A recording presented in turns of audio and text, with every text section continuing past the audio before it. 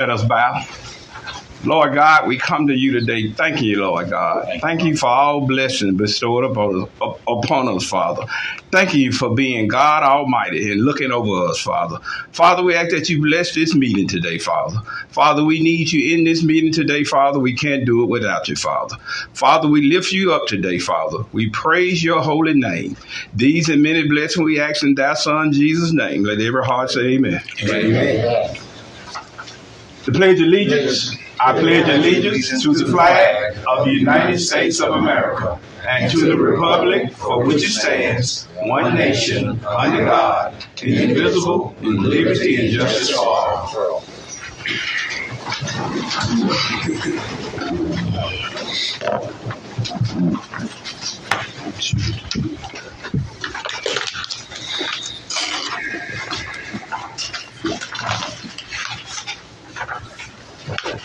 Okay, again, good afternoon, Council. Let's see, I'm just trying. We have a couple of amendments that we need to add to the agenda of importance. And I will say they came in late because we was trying to get all the paperwork together on them. We knew we wanted it on the agenda, but it's just that we didn't get all our I's dotted and T's crossed before Thursday. But I will explain that to you as we get to them. First, Chair entertain a motion to amend the agenda. So moved. Second. Motion been made and been second. Any other? All in favor, right hand. Opposed, same sign. Motion carried. Chair entertain a motion to adopt the working agenda. So moved. Second. Motion been made and been second. Any further? All in favor, right hand, please. Opposed, same sign. Motion carried. First on the agenda is the mayor's order. Good afternoon, Council. Good afternoon, Chambers. I'm trying to speed through my portion. The first one is the sales tax allocation. Our sales tax allocation for the month of July 2026 was $462,473. This is an increase of $32,008.25 or 6.87% of the July 2025 allocation. For the fiscal year, we have collected $4,406,883.30, a decrease of $6,118.68, which is a 0.014% less than the tax allocation for the year beginning October 1, 2024. The insurance account balance for the health insurance account is $466,236.11. At this time, President, one question, sir. How much is the difference was now? The $6,000 difference from last year and this year? $6,118.68. That's not bad at all. Not bad. Not too bad. I always definitely need an increase, but that 0.1% not bad. Consider the economy. That's good for the economy. And the queue on the Yazoo package this town. Thank you, man. Yeah. And we got the bike coming up. Yes. Yeah. At this time, I want to yield the floor to Deputy Chief Charles Cooley to speak about the Junior Fire Academy.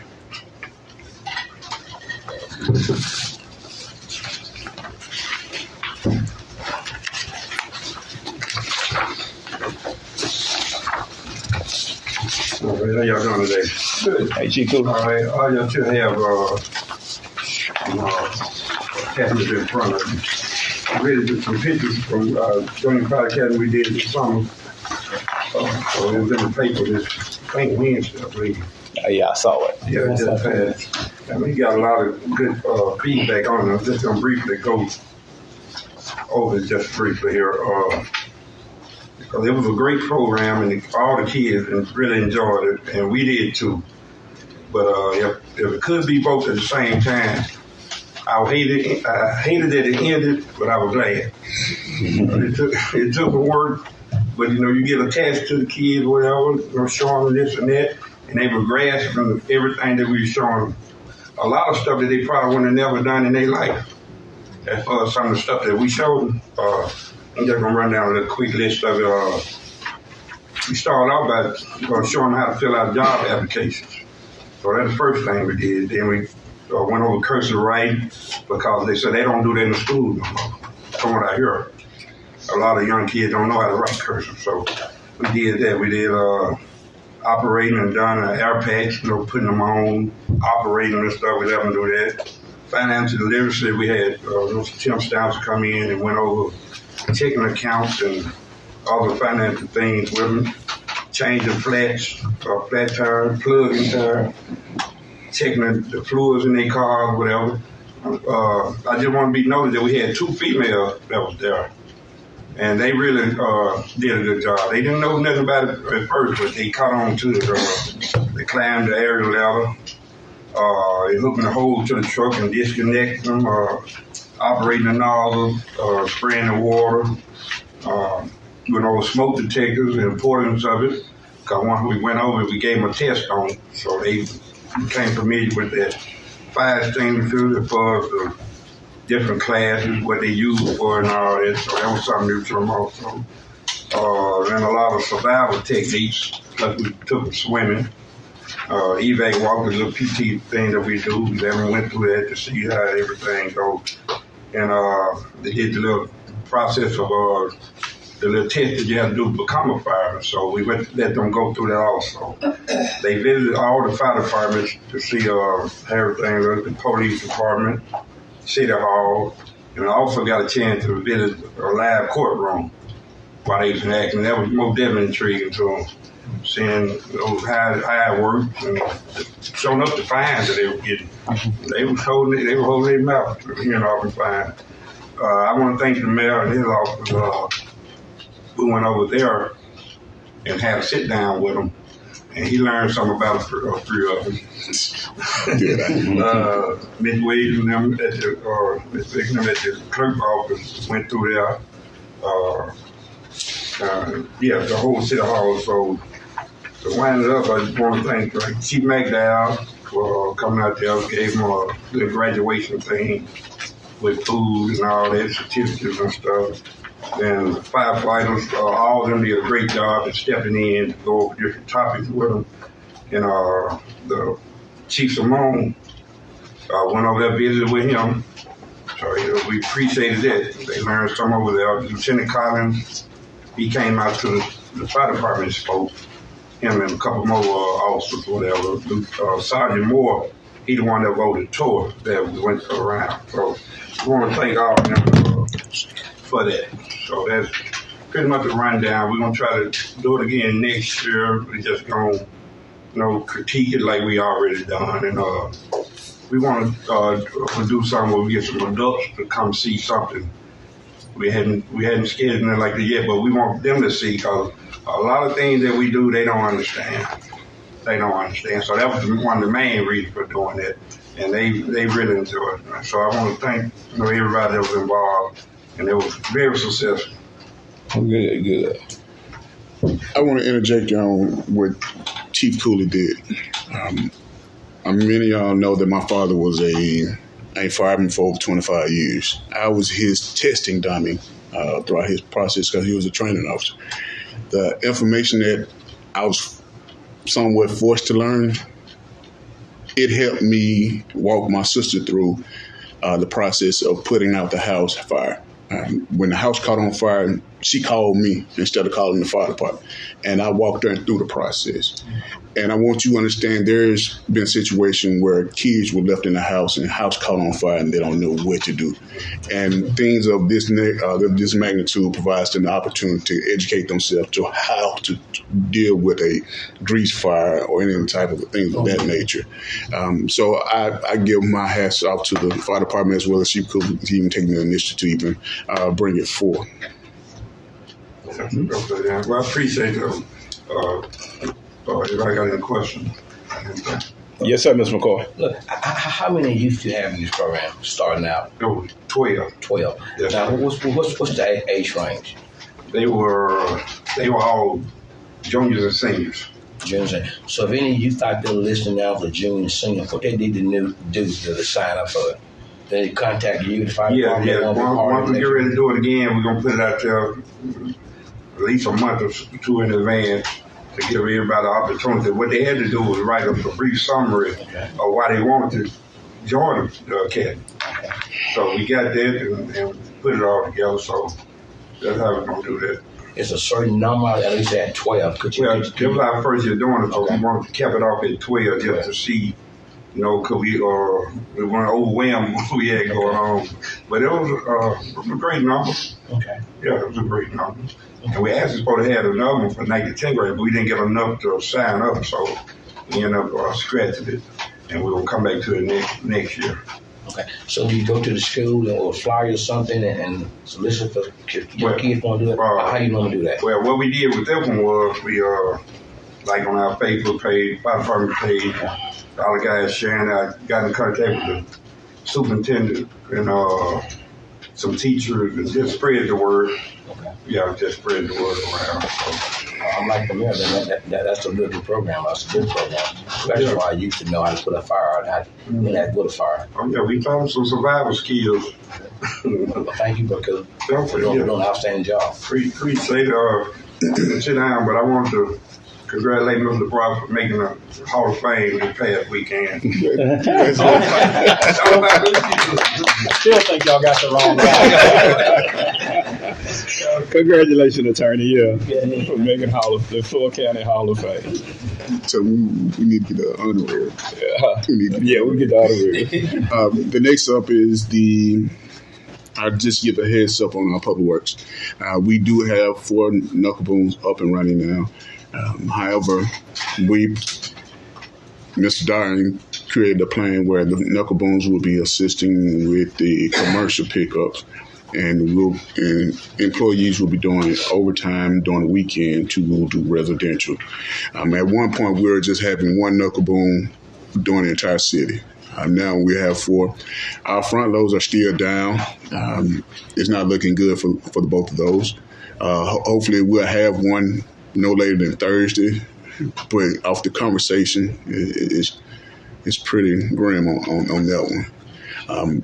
With that being said, I have Mr. Jamie Holloway here today to speak on opportunity that we may have to look at other equipment. Absolutely. Good afternoon, guys. Good to see you all. So what I kind of thought I'd do is just give you all a basic rundown of what we've discussed over the last week or so about some of the stuff. If you wouldn't mind, would you take one of those from each stack and pass it on down? The first sheet you're going to get is going to be an equipment list. Last week I met with the mayor, board president, and several of the department heads, and we went over this list about some of the equipment they needed. And speaking of which, one of them... Excuse me, I'm sorry. Yeah, go ahead. I'd be remiss to not ask Mr. Trey Harrison to come up as well. I didn't see you back there. Mm-hmm. They work I was going to give him his update. Gotcha. Okay. We don't get him. Oh, yeah. We'll make him come stand in front of y'all. So, Jay, pass that stack you got there. Take one off that stack. One off. He said, yeah, things that one off each stack. Yeah. It should be... one off each stack. Yeah. Should be 4 pages.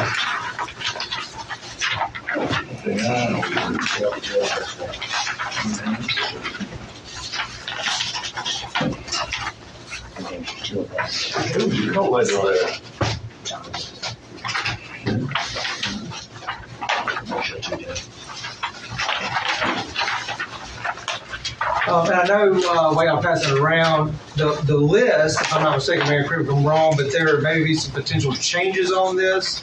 I either remove something or change brand. So we refined it to give us more wiggle room and less than we have to borrow. Perfect. So my numbers will change, obviously, but this is what we're provided for what we were talking about the other day. So this is obviously this would be in theory worst case scenario. So it's already smaller than what it is right now. So what you'll notice on this equipment purchase list is I've got the equipment basically split into 2 different types of transactions, and that's what Trey will come up here and explain to y'all in a minute. There's 2 resolutions before y'all. Part of when you're borrowing money for these types of things, you have to go by the useful life of it. Okay, so some of this equipment, for example, your police cars or whatever, yeah, we can't finance them for 10 plus years. So some of this stuff, typically like trucks, and some stuff like dispatch radio, we're still going to be working through this, make sure everything qualifies, but the initial thought process is to do a 5-year lease purchase on those, and then the heavier equipment, we're looking at doing a 10-year general obligation on those. Any questions so far on that?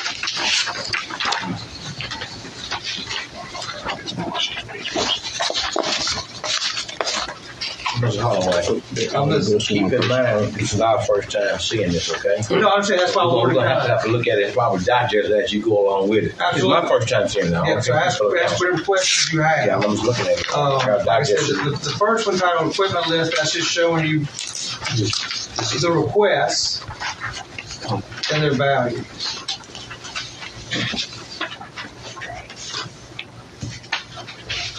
Let me ask you a question then on it. So this is buying a John Deere product on the line? That's what the list said, but I think after our meeting or during our meeting, several folks said that they could potentially find some of these types of pieces of equipment under a different brand for cheaper. And I think some may even have a better warranty than that. But, so, yeah, I think this list will change. All this showing John Deere product. Remember, you aware of that? So in the process of we were trying to gather the information, we had to give pricing. The number may scale down a little bit when we refine it, but the number or the quality of the equipment and the number of equipment that we have is going to be relatively close to that number that is identified. And actually, another question now. On this product here, do we have to take bids on all this product also? Yes. So this is not an actual price then? Because had no bids been submitted. So that's the quote? That's just a quote. Right. So no bid been submitted at all? Mm-hmm. Okay. Well, and another way to look at it, though, expensive, because we all know that green paint's expensive. These numbers should go down. Okay. Right, so it's kind of, it's just showing you, like, in theory, the worst case scenario. Okay. Any other questions on that?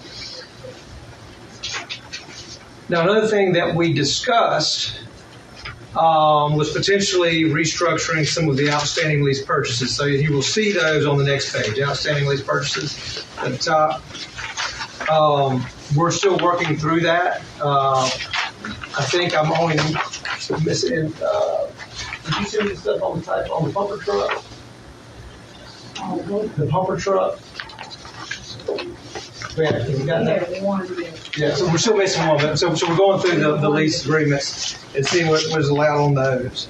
The thought process was we could potentially add some of these larger items, maybe, to the general obligation side, which would potentially give you a better rate depending on what equipment it is and a little bit longer term to pay for if we can do that. But we got to let legal kind of work through that and whatnot. So we thought that by combining those, it would in essence reduce our cash flow a little bit.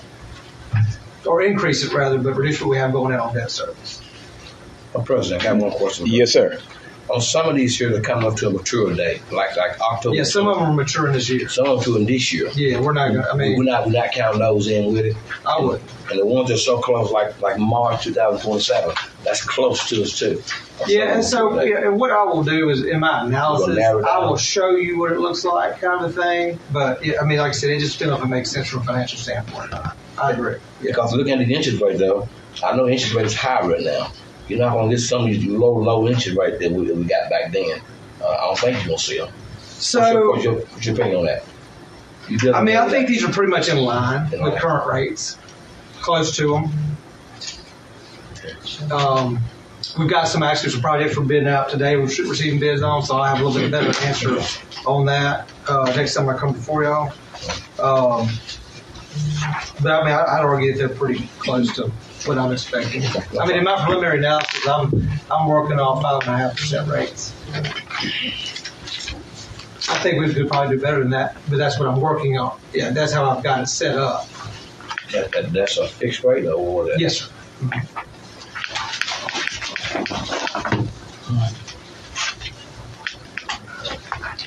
Then the other is just, the other two pages are just kind of for y'all's information.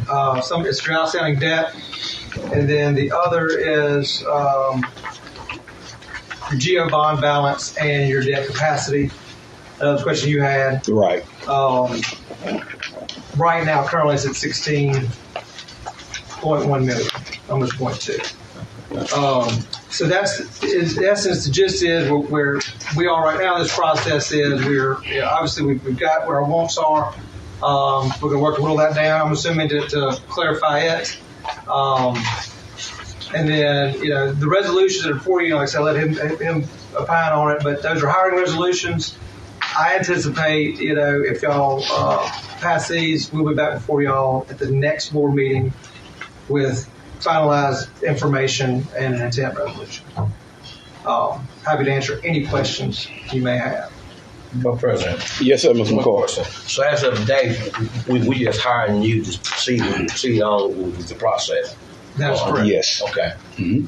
Then you come back and we'll next time we decide we'll go with you with the Right. I know sell the that bond. time is of the essence. We've got a lot of equipment that's down, so we've got to get some stuff done. So, yeah, we obviously we'll work at your pace, but I know that y'all got some urgent needs, so I was trying to have a little urgency, with folks, just getting everything in so we can get it done for y'all. Mayor, with these prices here, Mayor, I know we hadn't got bids on yet. We're talking about $2 million, and then we're talking about a grand total of $3.5 million. We're talking about the grand total. Yeah. That's for all the equipment we need. All the equipment and the consolidation of That is not the consolidation. the three. That's all new stuff. Right. Okay.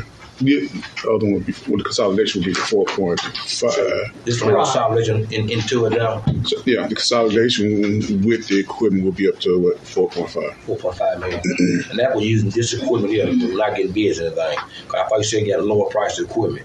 The lower you buy it, the price will go down. So this is right now. We had to have quotes to even have Right, this in the okay. table. So what we did, we identified what equipment that we needed. Got quotes. It was more so to provide Mr. Jamie everything he needed to even have a conversation of what direction that we're capable of going. The numbers will be refined after a conversation. I think the team already started it. I think they'll have that for you and the council by probably tomorrow's evening. Okay. And at that, and then we'll just go from what direction. Okay. Thank you, Mayor. Thank you all. Okay. Thank you, Mayor, Council. Trey Hairston with Butler Snow. Just following up on what Mr. Holloway said, we will have to do some analysis to Mr. McCoy's question about the useful life of some of the things that we want to wrap into the restructured consolidation. So because this debt is tax exempt and there are tax rules, we just have to make sure that the new money, there are certain things that we can push over to the general obligation, which will make the rates lower. And the heavier type equipment, the fire trucks, things that have long life, we can push over to the GO, and we can likely use some of the modernization funds to pay that debt service as well. So all that said, there is a little bit of work to be done before we come back before you. And when we do, I will have a timeline for both the GO in terms of when we kick off all the processes of coming back before you and closing, and the soonest we can have money, and then a timeline for the lease purchase, and that's for the smaller equipment and the wraparound. And so we'll have a timeline for both of those to try to push this as fast as we can, but within the time constraints of making sure we get the best rate for the city. So before you are two resolutions that... Can I ask a question before? Yes, sir. If the city has the opportunity to garner revenue or funds to purchase prior to the process is complete. Could that be covered?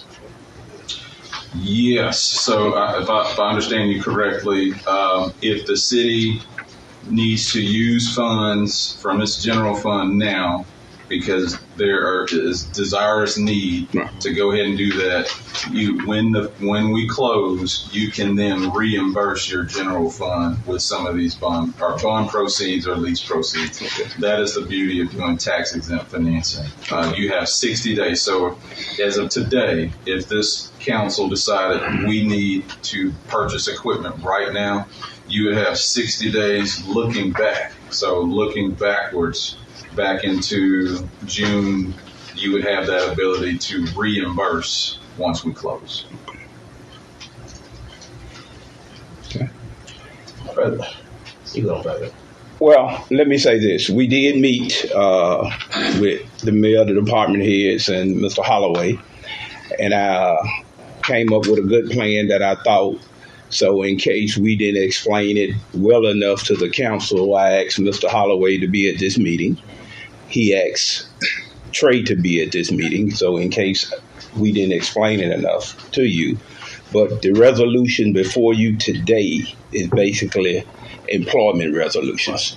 There's a lot more resolution going to come before us concerning this bond.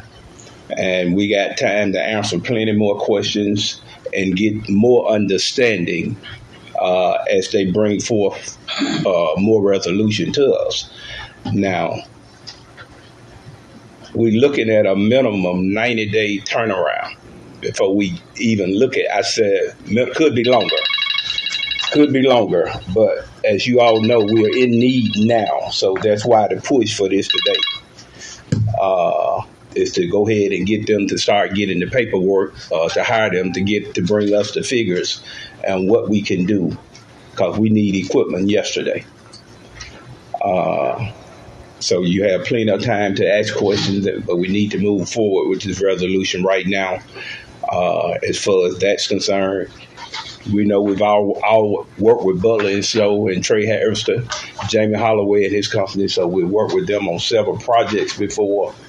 And so, they're going to answer any questions that you may have. So I welcome them here, and I'm glad they came to answer any questions you would have so we can pass this issue today. As far as getting started, because 90 days actually is we need equipment. Like I said yesterday, but it's going to could be longer than 90 days. It could be longer, but we're hoping we can get it done in 90 days. Let me say this, President Stevenson. When I put together this timeline, and I'll circulate that back with the mayor and the city attorney and the clerks, you have a really good idea of how fast we can move, and you'll see the dates of when we need to come back before the council, what we will ask you to adopt. So first, intent resolution published in the paper. By that time, we'll have a really good idea of the exact amount that the GO bond will need, and we'll have a really good idea of the amount that we think we can capture in the lease for the refinancing. And so we'll have a timeline for both. The lease moves faster than the GO, but the GO will require that 21-day, 3-week publication for the intent. We come back for the intent, adopt the bond resolution, depending on the structure that's chosen, development bank or competitive bid. There are a few more notices that are required of this process. But you're right, 90 days max, but I think we could probably do it a little bit quicker. Okay. So, but we will have that timeline for you, and you can discuss amongst yourselves. We'll put that together pretty quickly. Okay. And the mayor just asked a question. Right now, we're critical.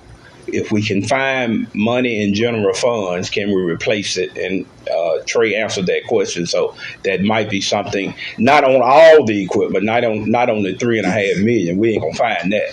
But as the mayor said, we need knuckle boom. And what we're trying to do is get a knuckle boom ASAP, and we can replace it once the bond is finalized. Yeah. And, and I know Chief Simone need police cars bad too. That's on the lease side. We can move pretty fast. We can move pretty fast on that lease then. But that's what it is. So. And modernization funds can be used on some of your heavier equipment. Okay. And speaking of modernization funds, Mr. Harrison redid our modernization funds and got us more money. We didn't do it correctly. He redid it, and thankfully, and we appreciate that. I appreciate what you did for us to get the city more modernization money. Okay? We appreciate that.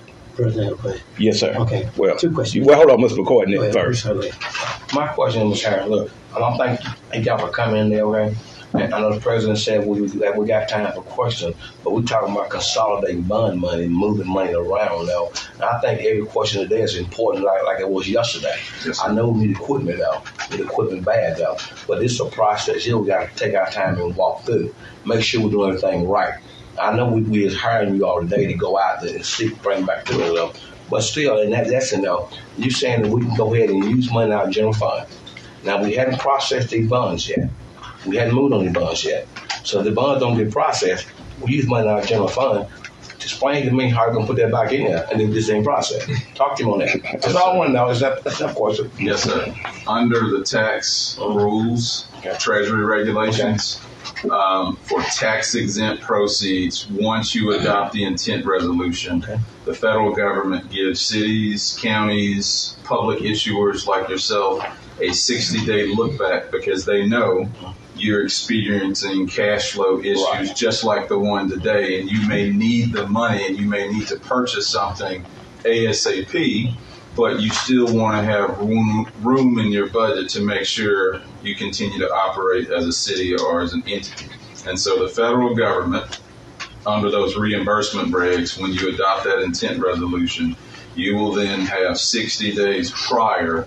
So, for example, if an engineer is doing some design work in preparation for the bond issue, if there is something that needs to be purchased quickly, then the federal government has said within that 60-day look back, you can reimburse yourself from bond proceeds. This process was needed for another larger city. There was a larger number to the tune of $6 million. And we were able to allow them to reimburse their general fund because they paid a debt service payment, and they were able to put $6 million back in their general fund. It's something that's routinely done as cities are always struggling to just cash flow on a daily basis. So something that we're comfortable doing. It's just one of the natures of doing tax-exempt finance. I know you all been doing business with us for several years. Yes, sir. I want to ask that question for myself. I want to feel that comfort zone that what we're doing is using money before we get the money. Well, can I answer your question too, Mr. McCoy? I appreciate you, man. Yes, sir.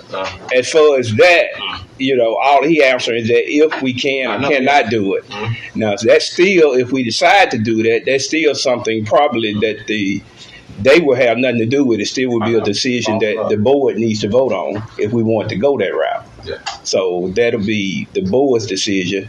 And if you see that it's not feasible, you want to wait, that's our decision. If we want to go ahead and borrow money, that's still our decision. You see what I'm saying? So that would be the board's decision as far as to do that. And I understand that, President. I think my question was just finding out how does that work, though. Yeah. I think you explained to me how that works. Okay. I know it's our decision, anything we do, this council got to vote on it. But I think that tell me how that process worked, though. And we would document it when we close. There's a lengthy tax certificate. It's documented there. There's a form that we fill out that's sent to the IRS. That amount of the reimbursement is documented there, but it's something that we routinely do. We just have to have the exact figures of the reimbursement so we can document it in the closing documents. Because at the end of the day, we're going to have to figure out how we're going to make this payment anywhere we go, okay? That's when we move this money around at the end of the day. So that's where the consolidation of the various loans that we have. Okay. Roughly, with the consolidation, we have a bunch of loans where we just pay one here, and we consolidate all of them with the length of the loan. The figures will be relatively close. Well, what did you found loan bond? 10 years? What you got to make? It's based on Well, not only that, but you also have to take consideration. There's still roughly $200,000 in additional modernization funds that could potentially be used towards this. Potential. You know, depending on where y'all are spending it now. Okay. If that makes sense. But yeah, one of the main reasons for some of the consolidation was to reduce our payment amount. But it's still to add more years back to the bottom line. I'm not disagreeing that at all. Okay. Right. So it's not a refinancing in the traditional sense. It would, in theory, be more of a restructure. Right. Right. So in the perfect world, we wouldn't touch, but due to the need, it puts us in a stranglehold where if we sit still, we're going to continue to have the problem that we have. And I agree with that. Right. It may not be the best time to restructure, but because of our need, it is the best time. Right. Well, and to be fair, I'm working on both scenarios here at all times. I mean, I'm not, you know, it may be that the consolidation doesn't make any sense at all. Right. And that's what's going to come back to us. Yeah, well, we may not be able to. Right. We're still kind of working through. We're just working our way to that point right now. Yeah. So, as in thing, we're doing the hiring. After that, we'll go from there. That is correct. In theory, I'm working off assuming we can't do it. Mm-hmm. Is the way I look at it. Okay. You know, because I mean, again, of course, you know, like I said, we've worked together for many years. You know, I try to make stuff look worse than it probably is going to be. Because if we can handle that, then I know we're going to be good, right? Mm-hmm. So, and you know, but I do these numbers. I'm assuming we're not going to get that, but I'm going to have it done. If that makes sense. No problem. That makes sense. Okay. You got a question? I'm sorry, Mr. Powell. My bad. So, Jamil, I know that you plan 60 days probably to buy a piece of equipment, and so is there a certain amount? I mean, it's like a front-end loader, probably about $200,000. So is there a certain amount you can use and then pay back for the bond? Yeah, I mean, for the lease, so the lease purchase is generally used for smaller types of equipment, cars, trucks, regular, like things that are not that heavy. The bond statute allows you to utilize GO bonds, which don't want to go through a whole history lesson, but GO bonds in this state or in this country, that is the strongest source of credit that you can use, which means for banks' purposes, they're going to give you the lowest rate. So the heavier equipment, we want to finance that with, which is allowable under the statute, the heavy machinery. We want to finance that with the GO bonds at the lowest rate, and everything that falls outside of that statute, then we look at that for the lease purchase. While that's happening, Jamie has asked for all of the loan documents associated with all of the outstanding leases. It's my job then to look at the language in those leases and the call provisions. Can we refinance it? And then his work is based on the outstanding years and the terms. Does it make sense? So if there's a piece of equipment that is not utilized for the GO, then it's going to be on the lease side. And so we're looking at two things on the lease side. A, is it all the new money items, and then B, all of the outstanding items. And then from a tax analysis standpoint, I have to look at the useful life and make sure it's allowable from the IRS standpoint. So a couple of things are happening. We're both looking at it. He's looking at it purely from a financial standpoint. Does it make fiscal sense for the city? If they go one way, does the math? And I'm looking at it purely from a legal standpoint. Can we do it? Okay. All right, Mr. Harrison. Thank you, sir. Yes, sir. There's just two resolutions before you, but other than that, if anybody has any questions, we'll happy to entertain. Okay. Thank you much. Thank you. Okay. All right. And that will conclude the mayor's report. Okay, thank you, Mayor. Yes, sir. I want the mayor to hit on our block party bag. Oh, we'll do that at the end of the report. We got plenty of business to take care of. Okay, if you don't mind, let's do that thing. We under the mayor's report and it's 5 o'clock. Right. So, public agenda. Okay. For any question that I didn't answer for you as far as Greenwood LaFleur Hospital is concerned, y'all asked me to have Mr. Gary Marchand here, and he is here. So, Mr. Marchand, welcome to Greenwood again. Welcome back home. Always good to be here. Yes, sir. Well, I might just start off. I know y'all had a busy agenda. Obviously, y'all are familiar with the situation where cash is tight or you're running out of cash. And that's where the hospital found itself in the summer of 2025. And y'all are all familiar with the dispute we have with Medicaid and how that ultimately got resolved. Toward the end of the calendar year, it became obvious the hospital was facing insolvency again. So we approached the 3 systems that we had approached in 2022 about potentially operating Greenwood LaFleur Hospital as part of their system. And we got 2 not interested.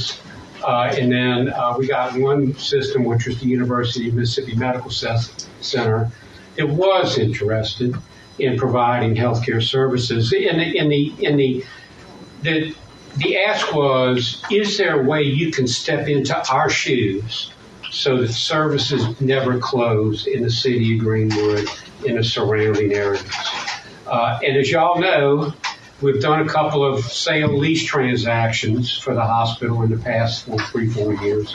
And those are 12 to 13 month processes. When we started talking with the university, they're a state entity. The hospital district is a state entity. We had the ability to simply transfer assets from one state agency to another. And what it eliminated was all the financing considerations y'all just talked about with your equipment. And it eliminated the RFP process, public notices, et cetera. And to university's credit, we took about a 12 or 13 month process and we jammed it into 4 or 5 months. As I speak here today, the university is on our campus. They're making sure the IT, their clinical information systems are up and running, the connectivity works, et cetera. We're ready to switch over. They're engaging employees on open job positions. And what university's doing is there's jobs at Greenwood LaFleur Hospital. There's open positions in Grenada, in Lexington. There's open remote positions in Greenwood, and there's open remote positions in Jackson. So they have laid all of this before our employees in an effort to make sure that they were able to protect as many jobs as they could. So the transaction, it's a complicated document. I know Don's seen it. I know y'all have seen summaries of it. It basically says Greenwood LaFleur Hospital will donate all of its assets, virtually all of its assets, to the University of Medical Center. The date is July 31, maybe 7 a.m. August 1st, but that's a pretty firm date. In exchange for that, they will step into our shoes and operate our services. So the ER will go uninterrupted, the operating rooms will go uninterrupted, the inpatient beds will be interrupted, the new swing bed operations will be interrupted, the cancer program will be uninterrupted, gastroenterology lab, which is a procedure room like a OR, it will go uninterrupted. Everything virtually at the hospital will go on uninterrupted beginning August 1. So that is the simplest description of the contribution agreement that we've entered into. We had to get it approved by the bankruptcy court. The hospital was facing insolvency. As y'all know, for the second time in our recent history, we told the Chancery judge the hospital was going to close in December 22, December 25. And we had to get the Chancery Court involved to basically make us viable until we could conclude the deal with the university, which the court did. But in the middle of all of that, it was obvious the hospital had become insolvent and it couldn't meet its debts. That's why we got legislative approval to file Chapter 9 bankruptcy. As part of that process, the bankruptcy court last Thursday approved a contribution agreement between Greenwood Hospital and University, all the related documents, and that was the last hurdle. So what people are working on today, if it's not University basically preparing to take over July 31, August 1, it's deeds and titles and legal documents that have to be signed and executed. So we're that close. I think we're 10 days away on my watch. And that's about as brief as I can make it for y'all. I'm happy to take any questions y'all have. I want to compliment, first off, the leadership of the hospital board, this body, the county board of supervisors, in the community, because I know it took an immense amount of patience to go through this process where we're saying we're out of money, we're insolvent, but we don't want to close. And so we just kept kicking this can down the road, and it looks like we're going to finally protect our services come August 1. That's all I have for you. Yes, sir. Mr. You know, a year or so ago, there were like 20 or 24 hospitals around the state that were kind of same place we were. Mm-hmm. How are they faring compared to how we fare? Is it? Johnny, I don't think anybody's significantly changed their position from a year, 2 years, 3, 5 years ago.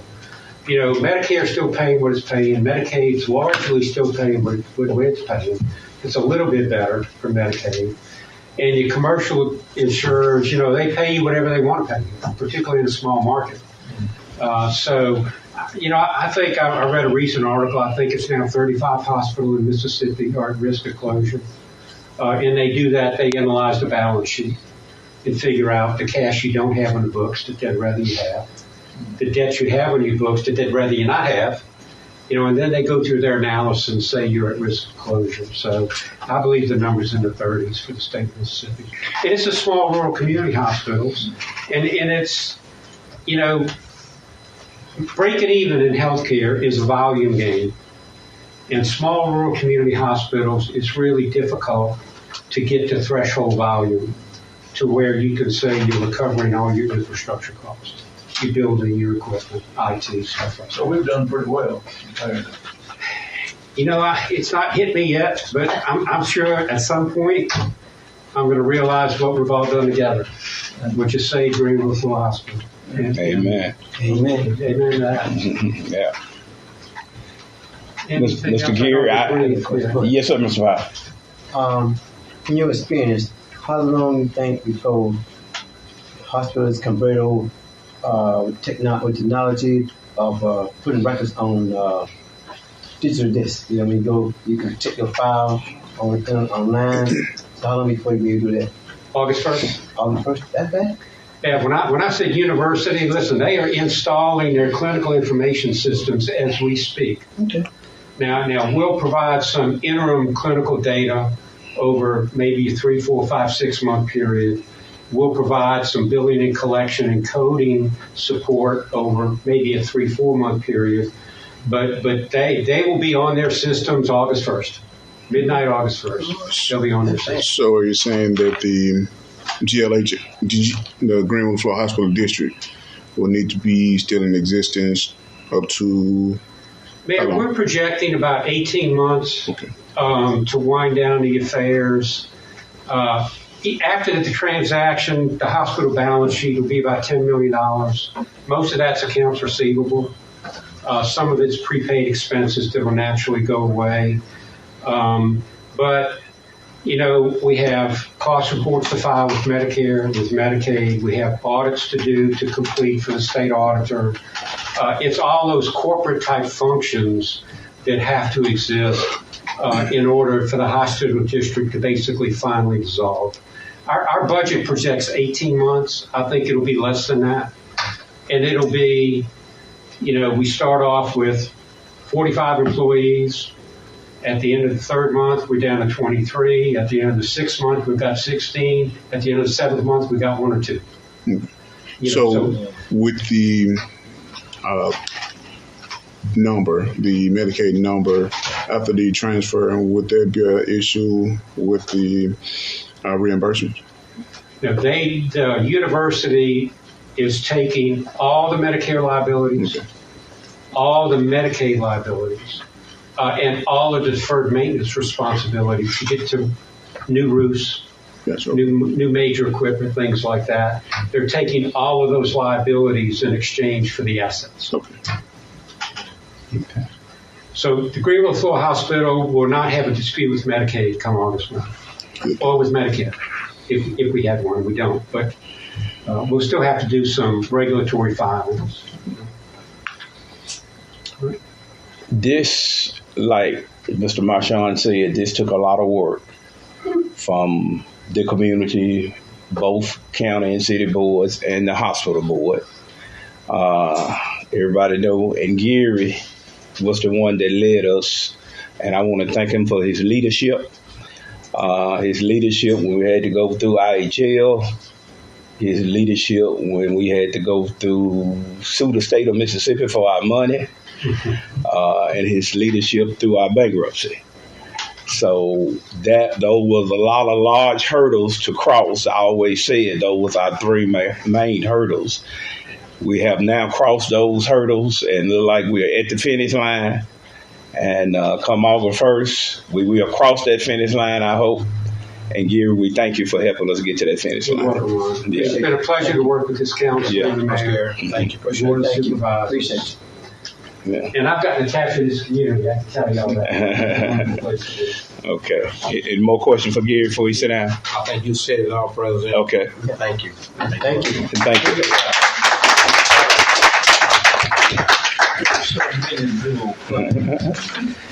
All righty. On the public agenda is Radar Randall here. All right. Community Health Center. Anybody here from the Community Health Center? Delta Health Center. I mean, Health Clinic. Delta Health Clinic. Delta Health Clinic. Hey there, how you doing? I'm not gonna call your first name. I know. I would be remiss if I did try to do that. Good evening. Good evening. My name is Nuabiska Breuer. I'm the Deputy CEO for Delta Health Center. I would like to give thanks first to the mayor and the board, city officials, the citizens for allowing me to be here. We are requesting to obtain the Itabena Clinic. And they are going to close, as Mr. Marchand said, on July 31st. And we want to reopen that clinic. I know that the letters have gone out already, but we want to acquire that clinic so we can provide continuity of care for the patients and citizens there. And also, we will keep all of the employees there employed. And that's a biggie for us. So we want you all to consider that first. And secondly, we want to come to Greenwood. I know that a lot of your clinics are closing here, and I know you have a lot of clinics, but it's like never too many clinics because a lot of people need help. We are FQHC, and we provide a variety of care, from dental services to behavioral services, pharmacy. We can get our patients at much lower cost. We have a 340B plan, and the insulin is like $1 compared to $100. And we want to provide some of those services in Greenwood as well. And we're asking today that you all first look into us moving into the Itabena Clinic. That's like kind of quickly if you can because they're getting ready to close. And we do want to give those patients some hope that we're going to come in that area. And we also want to give the employees that's there opportunity to stay there in this town, in this county.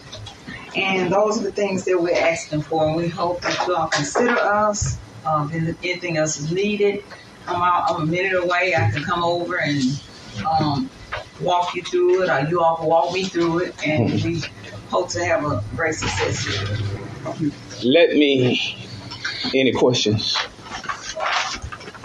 First of all, the first statement is I want to see the Itabena Clinic stay open. I know Itabena needs a clinic. Yes, sir. That's not a problem. Unfortunately, it will close July 31st.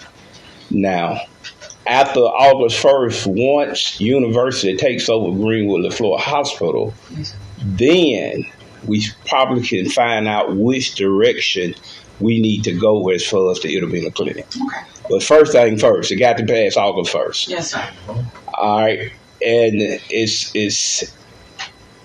a lot. It's still, I say, hurdles to cross to get that clinic back open. And as for, I think you've talked with the county board. They have to agree. I have. We have to agree. Yes, sir. The Greenwood LaFleur Hospital has to agree. Yes, sir. And I've talked to them also. And not only that, the bankruptcy court has to agree. Yes, sir. And university has to agree. Yes, sir. So you see, all them people has to agree. Yes, sir. But not saying it's not possible. All right. And again, we can't address that until after August 1st. Right. But after August 1st, we can start addressing that. Yes, sir. And you make an appointment to come right back to that podium. You know, when you make an appointment to come right back to that podium, I would love to see somebody take it over. And if you are the best organization for it, we want you in Itabena. Yes, sir. And we want you in Greenwood, Yes, okay? sir. Thank you so much. Okay, then. Thank you. All right. All right. Thank you, man. All righty. Dilapidated housing.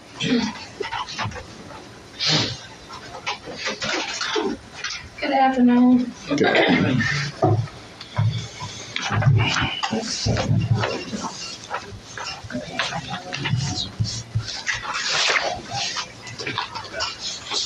You should already have the notice agenda.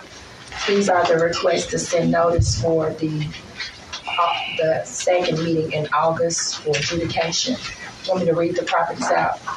If you don't mind, attorney. Okay, first one is 500 McCool, 504 McCool, 700 Cherokee, 610 Montjoy, 210 First Street, 603 West Adams, 344 West Adams, 345 West Adams, 343 West Adams, 14 Monroe, 328, that's 14 West Monroe, 328 West Monroe, 1209 Dewey, 1308 Yazoo Street, 1800 LaFleur Avenue, and 708 West Monroe. Well, these are only to send notice for adjudication. And we can vote on these one in a block, right? Yes, sir. Chair, entertain a motion. So moved. Second. Motion made and second. Any further? All in favor, right hand. Opposed, the same sign. Motion carried.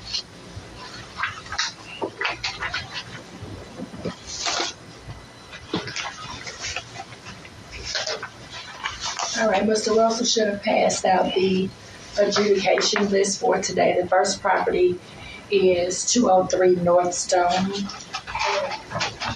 It's owned by Miss Jennifer W. Kelly. 1102 Popular Street, Greenwood, Ward 7 is where it's located. And 203 North Stone is basically, they're making a conscious effort to clean it up. When we contacted and sent out the notices, they were kind of diligent in going out and doing what they do. So I recommend just giving them probably about another 30 days, see if it overgrow or see if the overgrowth is there, and just revisiting it to take it off the list. Okay, I'll make that motion. Second. Motion made and second. All in favor, right hand. Opposed, the same sign. Motion carried. And the next property is 310 North Stone. Peace Homes LLC is the one that owns that property out of California.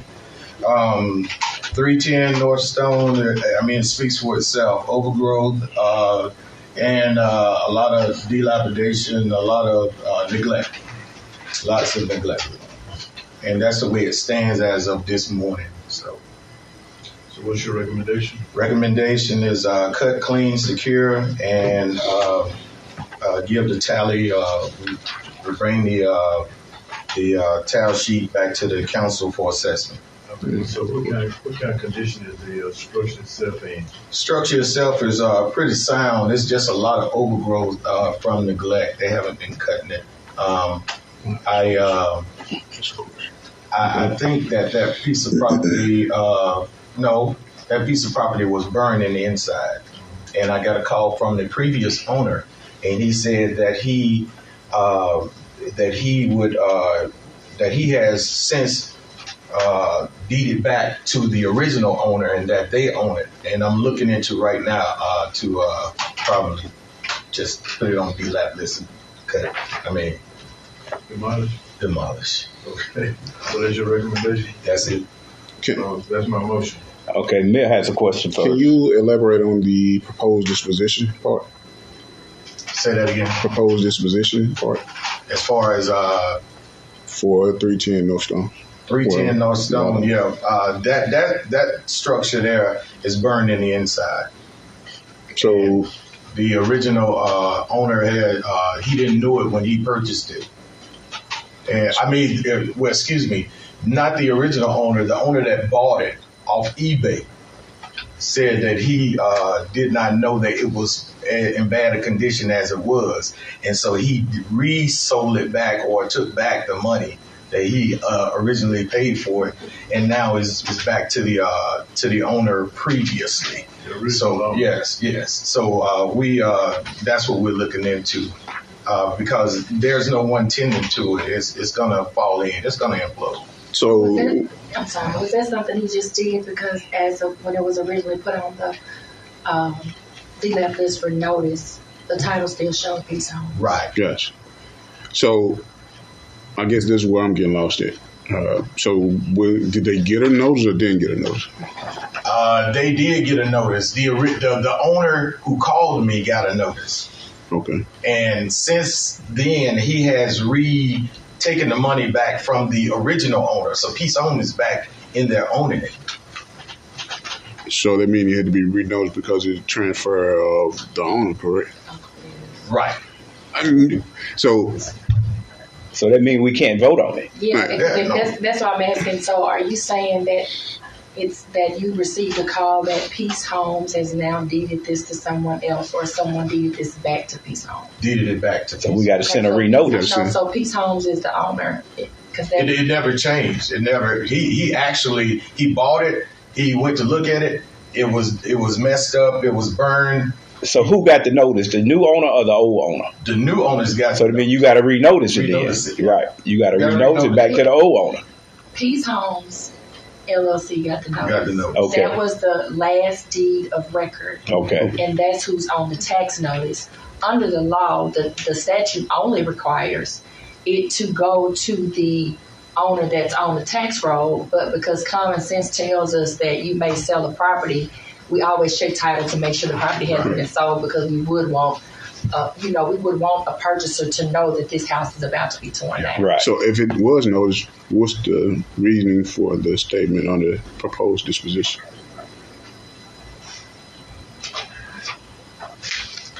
I don't think Mr. Russell changed that. That it wasn't noticed. I don't think he changed it. Yeah, it wasn't. These are from the previous, the ones that were sent out, but they weren't noticed. You see what I'm saying? They were sent out to the owners, but we had to re-notice them because of time's sake. You want me to explain that? Yeah. I know you can. So there were properties that were voted on in. No, let's stick with this property. Well, this property. That's what we're doing. What's on your list is going to be confusing for all of them. Right. Because this agenda was prepared by Mr. Russell, and it's going to be confusing on all of the properties. I see, because on the proposed notice, most of them similar. These were properties that were on the dilapidated list for, I believe, in May. They have to go out at least 15 days in advance to get their full 2 weeks. The notices did not go out. So they were placed back on the agenda to be sent out for notice in June. I think it was an error that under the proposed disposition that Mr. Russell did not change that, because if y'all remember from last month, y'all wanted to know why these same properties were on there again. Remember that? We did. And so this was on there from last month, but Mr. Russell was going to change the disposition to what he wants to do to them today. And that's community development's job to do that, because they actually go out and assess the properties. I just do the title work. So I think it's just a mistake in not changing the dispositions on it. But maybe Mr. Russell can just take it. But I can tell you this. Every name that is on this adjudication list, the folders were checked. They did receive notice for July 21st at 4 o'clock p.m. for adjudication. Okay. They were posted and they were mailed to both the property and the owner's tax address, which may be different. Right. They were checked by me. So. Thank you. Let's have a conversation afterwards in regards to this part. So all these need to still be voted on today. So we just need to disregard the proposed disposition. Just disregard that, and Mr. Russell will tell you what was each his one proposed disposition for each one. Okay. All righty. So back on 310 North Stone. Are we voting on that one today? Yes, I think Mr. Palmer made his motion, right? Yeah, I made my motion. All right. You're confused. What are you confused about? Whether we can actually vote on this or not. You can. You can. Vote on it? Yes. Okay, so I made my motion already. Yeah. And was it second, Vicky? I don't think so. Sheriff seconded. All in favor, right hand. Opposed, the same sign. Motion carried.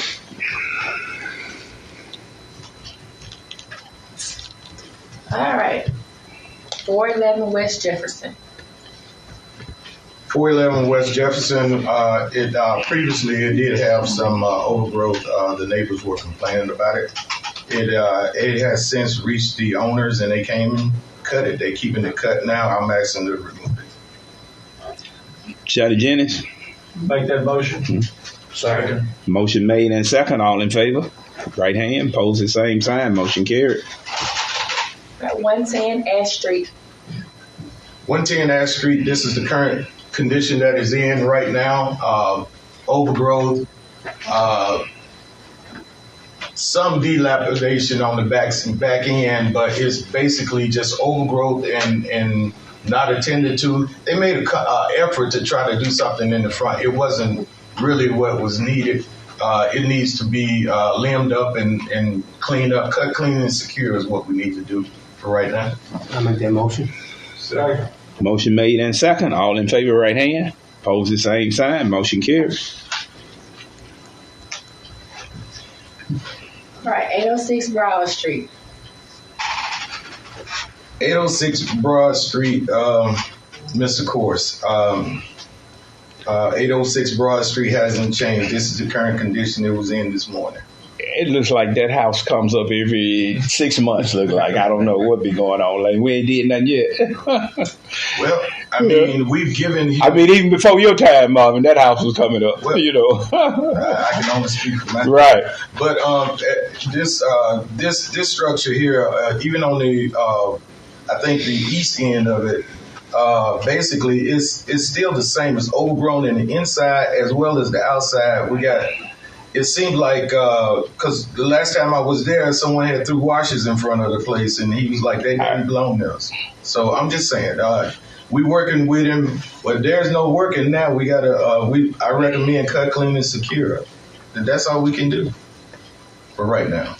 In place of Dr. Gray, her absent, I make that motion. I second that. Motion been made and been second. All in favor, right hand. Pose the same sign. Motion carried. If I may, I remember Senator Jordan dealing with this. Yes, sir. I would like to see if I can bring Mr. Course before council. Let them ask him why he's not doing what he does. This is, we're actually trying with him, trying to help him, and for various reasons, I would. If not before council, I guess him and Dr. Gray need to have a conversation about what he's trying to do, and she would lead us when she's here because we're going to take her advice on this. Because, like I said, years ago, I remember him coming before the council. He's been before us before. So we've issued notice tickets and everything. Everything. He just. I doubt if you're gonna get him here, but do your best. Do your best, but do what you got to do too. That's what I'm saying. Do what you got to do. 104 Nichols. 104 Nichols, owned by Miss Regular.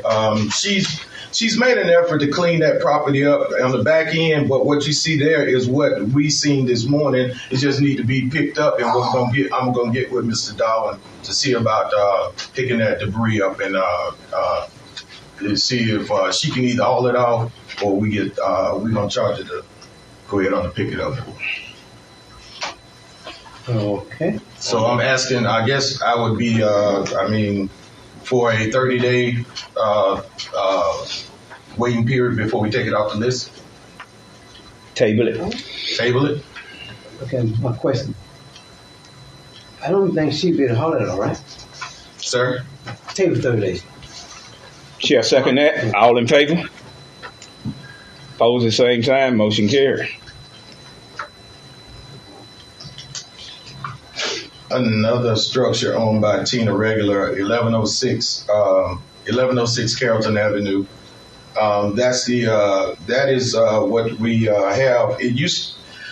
There was a situation in which the building itself had fallen in, I guess, by the weight of the snowstorm or whatever, the storm. And on the back end of it, some of the on the parapet wall on the right hand side, the stucco was coming off. So we spoke with her and she secured it, just waiting on time. She said she can't put a roof on it just yet, but that she can do what it takes to keep it from looking as bad as it looks until she get the money to do what she needs to do. I did have the opportunity to speak with Miss Regular just the other day when I went to her shop. Her husband is pulling the stucco off that's in potential of falling off. They are securing the openings. She said that they are trying to make strides because they don't want to have the same issue that happened in Grenada, where a structure that the ceiling fell in and one of the walls fell into another structure. So they are trying to make the proper securement. However, I don't want us to forget about it. So my recommendation would be to table it. Yes, sir. Yes. Communicate with her. Yes. I said table 30 days. Chair, entertain a motion. A second. Second. Motion been made and second. Any further? All in favor? Right hand. Opposed at the same sign. Motion carried. 606. 606 Avenue J, Ward 7, Ms. Kyla Williams. She lives in Canary Cove, Greenwood. This is the state of the condition was this morning as to its overgrowth, severely overgrowth. The structure is not as bad, but it's overgrowth. And I would recommend cut, clean, and secure for right now till I can get, because it's not at the dilapidated state that it falls in or anything of that nature. There, it's just that it's overgrowth. So moved. Second. Motion made and been second. All in favor? Opposed at the same time. Motion carried. Can I ask a question? Yes, sir. Usually on this end, is you put down out there where it's not noticed from previous authorized by council.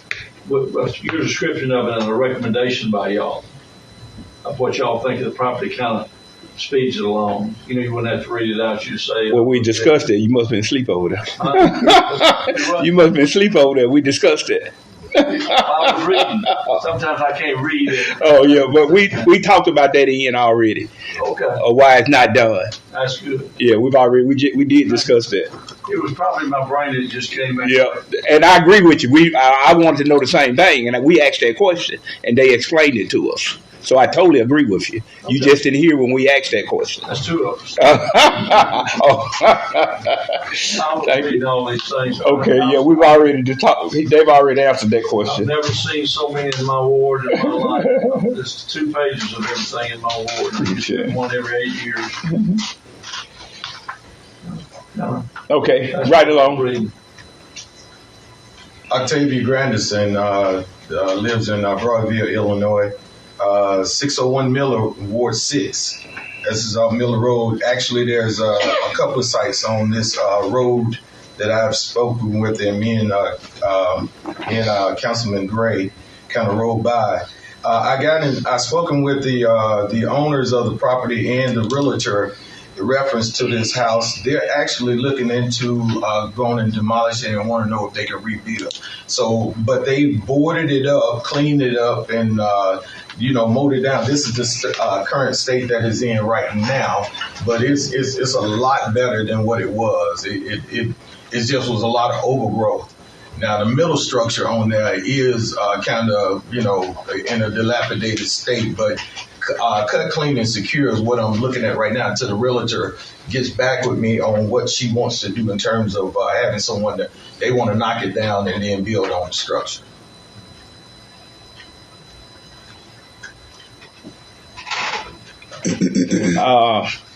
I make that motion then. Let me ask you a question. So is that building already secure already? Yes, sir. It is. You want to just cut it, right? Yes, sir. Cut, clean, and secure. We want to make sure that it's secure, though, because I didn't want to me, though. Yeah, it is. It is. You just cutting it. Right. But there's another structure down the road from it that's got the same thing going on, and she's working with it. They are actually going to knock them all down. Okay. So we need voting just cut that, right? Yeah. Right. Okay, cut. Okay. You gonna second it? I second it, President. All right, thank you, Mr. McCall. Excuse me. I think they just put the security in there just in case if like the back door may be open. They just put the security in there just for contingency basis. Was the back door boarded when on that property? Or the front? It is, but squatters go everywhere. Okay. They will come back in there, and we can revisit it at least 3 times. No problem. And you do have to be careful. If you send a notice and you want somebody to cut, clean, and secure the property, and they cut, clean, and secure it, then they've done with it, because that's what the notice is asking them to do. I think my question is still is already secure already, and we're paying them to cut and secure it. We're losing money in the process. And I agree with you. Right. That's why I said that. I agree with you. So you'll need to be making a motion to cut security is already secure. Actually, the homeowner and the realtor, when we called them and sent them a notice, they did it. We didn't have to do it. The city didn't have to do it. So I think we're saying the same thing. I think. Does it need cutting now? No. So we just need something. So we need to. It don't need cutting down there. So you need to go. You need to dismiss it, right? I don't want to dismiss it until she tears it down. Well, we need to table it. It don't need cutting though. Yeah, it don't need cutting, right? It don't need cutting. Secure then. That's the case then. Yeah. So the motion need to be to table it. So you send them motion and make it to table, bro. Well, we never did vote on it, did we? Yeah, I made a second though. We didn't. You voted on it? We didn't vote on So it. he made a second one time. Okay. So, But y'all did not vote on it. So vote on it. well, we didn't vote on it. So now I guess my motion would be to table it for 30 days. Yes, sir. I'll second that, bro. All right, thank you, Mr. Coy. Now we're finna vote. All in favor, right hand. Pose the same sign. Motion carried. Eric Anderson, 607 Miller. This is the other structure that's on there, the brick house. It's the same. Sir. He's behind you.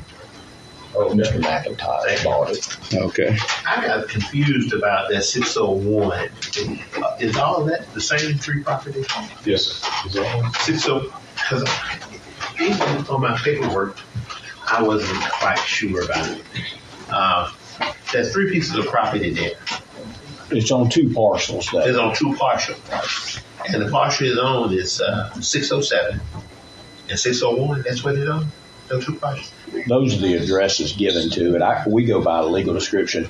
Mr. McIntosh bought the property. I think I told you at the last meeting it was pending. It was pending the And it's sale. closed Right. now. And I was trying to look at that piece of property right there to see if that was the house that they were referring to on 601. But I got a little confused of it. But anyway. Can we make this easier? Now, because at the last meeting, it had not yet closed, so Mr. McIntyre was not entitled to any notice because I think he was just about to do a contract on it, right? So I think the best thing, since he's just bought it, is to just table it, to give a chance to clear up any questions about the parcels and which properties is on his deed. Because he may be able to go in and do what needs to be done without the council voting to take action on it. Let me ask one question, President. Did he own both these properties voted on, Jay? I'm not sure. He did not own it. The city attorney advised us that he was getting ready to do a contract for someone to purchase it. So between the last meeting and now, he has purchased it. But at the time the title was done, the owner was Octavia and Eric Granderson. They've been on the list. I know since I've started doing this job, they've been on this list. As soon as the 24 months expired, they were back on the list again. So this has been an ongoing issue. Yeah. But I would like to give him the benefit of the doubt if he's closed and bought the property within the last 30 days. I would too. President, no, let's just table it, President. Okay. Motion to table it. All right. 30 days. Sounds good. All right. Motion been made and been seconded to table this for 30 days. Any further? All in favor, right hand. Opposed, the same sign. Motion carried. Yes, sir. Okay. I have purchased the property and I'm not worried about when I will get done within the next 30 days. The piece that I have a problem with is that the brick homes, as we speak, we're working on that. The other two homes, I need someone that on the professional line to come in and see if that can be restored. If that cannot be restored, then who is responsible at that point? I know I purchased a home. If you decide to tear them down, because it's your property now. You're responsible. You're responsible. Yeah, it's your property now. If you either board it, keep it secured, and not open to unauthorized entry, or you can tear it down, whichever one you prefer. But it's your property. Legally, it's your property. We can't go on it without the action that we take here at the council. And if we take action and have to do what we have to do, you still responsible for the fees. Yeah. Who's my alderman? Ward 6, she's not here today. Her name is Brittany Gray. Okay. And but I mean, and honestly, 30 days is just something we normally do. If you're working on it, need more time, and we see progress, we give you all the time you need. Well, it's nothing you got to do in 30 days. I understand. It's just that we want to revisit it in 30 days to see if we see some progress. I understand the 30-day fees, and thank you for that. I was just trying to figure out if I can salvage the property. Well, I hope you can. Well, I hope you can. One house, I'm not sure if I can salvage it, but I'm looking at it as a late time. Mm-hmm. I need a professional to come in, and the professional is supposed to have come in, supposed to have been in and look at it and let me know by the time I got to this particular meeting. Okay. So without holding you guys up, I'll get with my ward person. You get with and get back with Mr. Marvin Russell. Yeah, and right here, and get with him also. I'll get with these guys here, and they probably tell me some things that exactly. One last piece. If I have to tear it down, the brick house is gonna be okay. But if I have to tear it down, I know y'all have a mobile home law. How do the laws stand if you brick it or put cypress around it? You would have to go, if I'm not mistaken, and correct me, attorney, through the planning commission. and the planning commission can give you approval to do that. So you will have to get on the agenda. We have a planning commission and present your plan. You got that. You just can't say, I'm going to brick it. You need your plan. So what you're going to do to sell them, and I'm sure they will give you permission to do it. If you get it approved through the planning commission. Now, if you're going to brick it and make it like a house, I think you may be good. But if it's still going to be like only a mobile home, it got to be zoned for a mobile home. And Mr. Victor Stokes or Mr. Cooler can tell you about that project. Yeah, one of them two can tell you. Homes in that area. But I take care of that. Yeah, get with Mr. Russell's community development, and you got two young men back there I know can help you with that. Yeah, I know Mr. Stokes can help you with that. Okay, who is Mr. Stokes? It raises that right there. Okay, okay, great. Mm-hmm. All right, I appreciate it, and I apologize for getting up and down, but I was getting up and down because the inspector is over at the brick home, and I was trying to make sure I got people there to open up everything. And okay, thank you, sir. Coming down. Appreciate you. So we need to table this. Vote to table this. Yeah, we did table. We voted. Well, we're taking. Okay, thank you. All righty, moving along. 407 East McLaurin, Ward 7.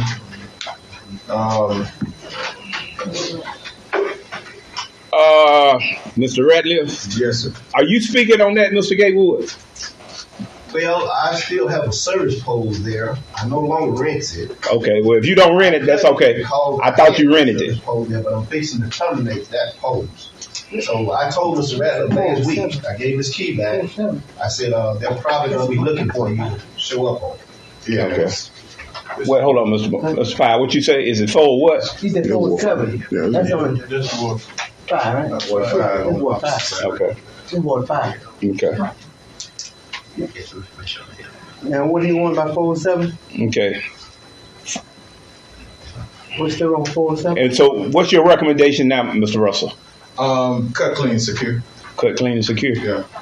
I make that motion. Cut, clean, secure. Does it have a roof? Yep. Yes.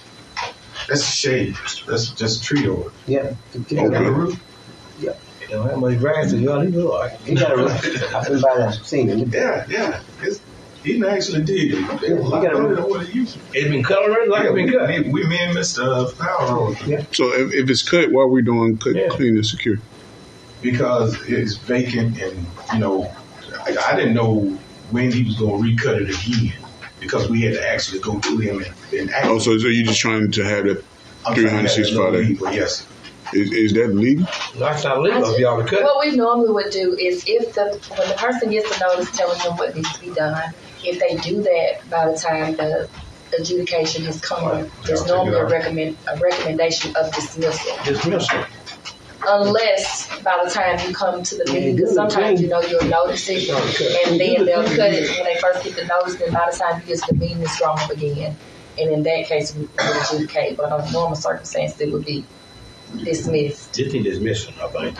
Unless Mr. Powell want to table it and see what it looks like in 30 days. The grass is up. It's cut right there. When was that picture taken?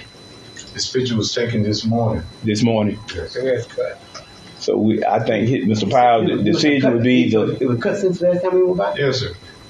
Table it or dismiss it. I make a motion to dismiss it. You want to dismiss it? Okay. Okay, I need to mention one more thing about that. Hold on, Mr. Gatewood. Hold on now. You can. Address the council, brother. Okay. I let him talk because I know he was part of that property at one time. But if he's not part of it, we're not gonna worry about it. Okay. All right. That's your motion? Yes. Okay. Second. All right. Motion been made and been second. All in favor? Pose the same sign. Thank you. All right, Mr. Greenwood, and like I said, he was renting that property, so he has a right to talk about it. If he's, So what did you gonna say, Mr. Greenwood? There was a sewage next door to it that's bleeding over on it now. Okay. Well, something we have to check into. Right. So, can I ask Mr. Gatewood a couple questions? Yes. So, Mr. Gatewood, you have a collection of lots as well East Marklon and I want to say Avenue J. I noticed that you have a trucker trailer, a tractor trailer, commercial buildings and commercial vehicles on your property. I know that we have an ordinance that prevents that. How can we address those issues? Okay, the bucket truck has been already secured in the commercial area. As far as my dump truck, I still am using that to haul off whatever debris and everything else I need to get off of there. As far as that commercial trailer, I need it to remain where it is if possible so I can just use that for my storage. I can remove the wheels off of it and sit on the ground. Well, based on the ordinance, that's not permitted within the city limits. And there's a plethora of things that you have over there that's not permitted in the city limits. Well, what is it? There's a plethora of things that you have that's not supposed to be within the city limits. So, to me, I don't think it's suitable. That trailer, the trailer I see on residence, that's not supposed to be in the city limit. As a, you said a tractor trailer? Well, that is the same as if those metal containers, they used to have wheels on when they bring them. They'll take the wheels off and set them on the ground. I'm not knowledgeable of any containers like that you speak of within the city limits. Yeah, there are some in the city. Well, we're going to let that be a discussion, Mel. We'll let you work on that. And that's what Russell go by and check it on tomorrow. If you violate, we need to move it. Yeah. So is there, that's you said there's a ordinance preventing commercial vehicles from being parked in the city? On residential property. It's ordinance out there. Why people get away with it? It's ordinance out there. I've seen commercial vehicles on property in the city. And it's residential. Yeah, we've been having conversations. Mr. Noble has been doing a good job of having a conversation with people. Okay, Council, if we don't mind, the hour's getting late and we still got to do this. Okay.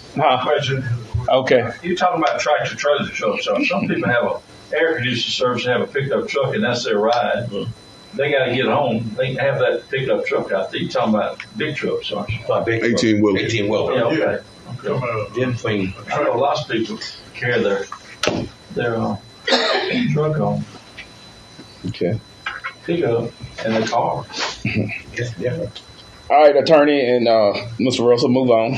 Carry on. I'm sorry. 306 Avenue I, Miss Ivory Dean Wright, Tillman Estate. This structure here is it was burned. I rode with the Councilman Powell that day, and he advised me that he wanted to see about cut, clean, and secure. Now, she did get the notice. I gave her, right? And then she talked to me, and I explained to her what needed to be done.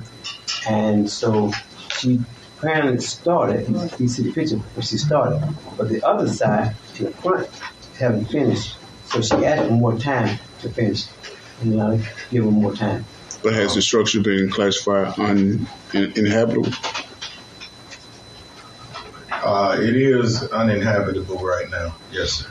Unless she's planning on. Do she have a plan to restore that? Yes. Yeah, they're gonna cost I've seen them do it. It's gonna cost some money. Yeah, I've seen them do it, and it can be done, but that's gonna be an extensive process. And I told her to board it up, and then she boarded it up and secured it good. Yes. And you got to be careful with uninhabitable because that's walking a thin line with what the standard is. It has to be a nuisance to public health and safety. So if the structure is sound and she's trying to make some steps towards getting back to where someone can live in, you have to be careful with DLAP, especially if you're thinking about demolishing it.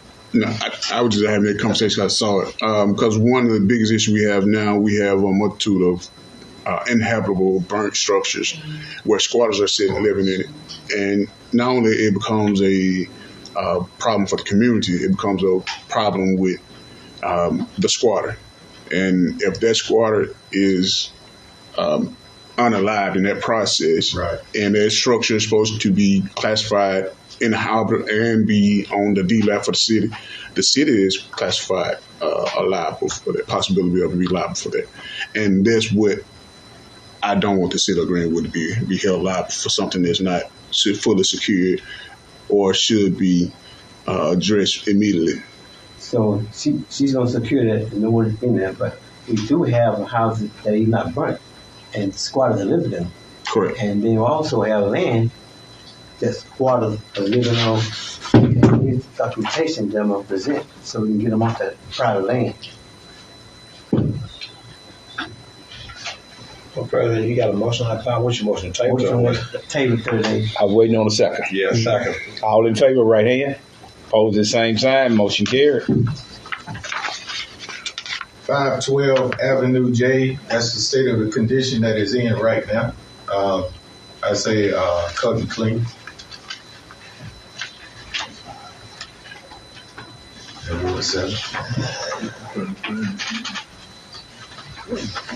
Okay. Back page, Mr. Palmer. First one on the back page. So what is that? It's a structure back there that needs to be torn down back there. Okay, so it's way back in the back. okay. And what's your recommendation? Tear it down. Okay, so move. Second. Motion made and second. All in favor, right hand. Oh, I know where that is. Opposed, the same sign. Motion carried. Wait, you just said cut and clean. Which one was it? These are two lots right beside one another. It's 514 Avenue J. Yes, and actually 514 is a lot better than 512. So 512 is the lot, 514 is the structure? Yes, sir. Okay. No. 512 is a structure. 514 is the lot. There's nothing on for 514. He keeps it pretty good. I'm President, but why are we voting on tear down on 512? It's not on here. We voting on 514, right? Yes, sir. Yeah, we're not voting on 514 and on 512. No. You said 512. No, the both lots needed to be clean. No, clean. No, back up a minute. It's the structure on 514 Right. or the structure on 512. The structure's on 512. We can't tear down 512. It was not on the vote on. We're talking about 514. Yeah, so it's, 512 came before 514. so what you stated was cut and clean for 512. Okay. So if the structure's on 512, it should have been tear down. We got confused then. He said tear down. We table that. He said tear down. There was a motion by Palmer. Tear down. Okay. Second by James. Yeah, 512. We taking 512 down. Cut and clean, right? Okay. So 514 couldn't play. Okay. We got two things going at the same time, like we're two lots. Well, that's side by side. I know. And the house, he said the house was behind 514 in that area somewhere. No. I don't know what was that. I don't know. 512 is located at 512. Stop talking. And 514 is located at 514. They separate. 806 Avenue D. Did we vote on that? All right. Chair entertain a motion to tear down 512 and to cut 514. Right. That's Mr. Palmer's motion. Can I get a second? Second. All in favor, right hand. Opposed, the same sign. Motion carried. All right, move on to Avenue D. 806 Avenue D, Mr. Thomas Poindexter, 806 Avenue D, Greenwood. I recommend that it be cut and clean, maybe torn. I can't see. Like it need to be torn down. Is that a trailer or a house? That's a house. That's a house. That's a house. The house is still structurally sound. It's just overgrown right now. Okay. The house, I walked around it, everything is like where it needs to be. It just needs to be cut. It needs to be cut and make sure nobody going in. All right, Chair, make that motion. Second. Motion been made and been second. All in favor? Opposed, the same sign. Motion carried. All right, let's move on then. 706 Robert E. Lee, Ward 2. Miss Memory Kimball,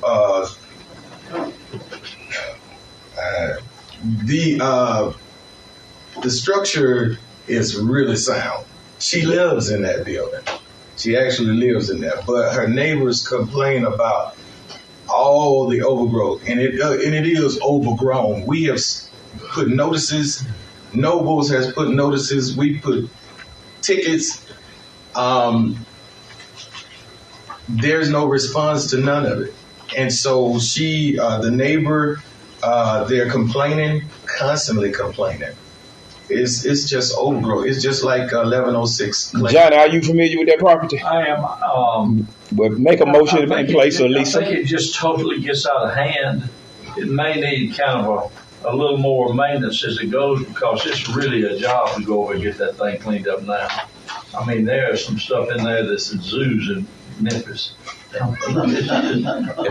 It's just stuff running in and out of there. But it gets, right now, it's as high as that sign right there. Ms. McCoy? Probably to add to that, Lisa texted one of the females ago. She said the property over that it got a pool in the backyard, and the pool needs to be maintained. Somebody can walk in and fall in the pool. And he said the tall grass and the weeds, and the building needs to be secure. That's what she wants to see happen over there. How you gonna secure it? Somebody living in it? That property. Well, she said that the property in bad shape. Lazzie, reference. So this property we have. The same what you're talking about. 706. This property we have cut this property numerous times in the past. I believe she actually allowed the city to cut it. She paid her money. Really? Yeah. She's a older lady. But she allows. I guess she allowing us to do it. This will not be our second time going over it. But I wouldn't let it get out of hand. No. Well, the thing about that is, once we secure it, we can keep this property and any other property that we step on for a full calendar year taken care of. Now, if we don't do that, they're going to be on us. We can only go on the property with 3 times. Correct. Calendar year. So you can't, if you get overgrown, if you can go on 3 times, you can't do nothing about that. Right, we're not a yard service. So what's your recommendation now, Marvin? I'm sorry, Mr. McCoy. President, Russell, what would do about the pool in the backyard? It's about the pools. Listen, she authorized us to drain it. We can't just go on. Yeah, she's going to fall in the pool. Right. Is it a fan? How are you doing the pool in the backyard? With the pool, we have to consider the mosquitoes and all that. Right. So if it becomes a public safety, then yes, we're going to drain. What do you need draining? It's public. If those, if they sit there hatching and having all that. They're hatching. Let me get another bit. Do y'all throw those packets in there that kill mosquitoes along? They all hatching up. We need to make that motion to drain the pool too. Okay, we can treat it, not drain it. Okay. You have to treat it for the mosquitoes.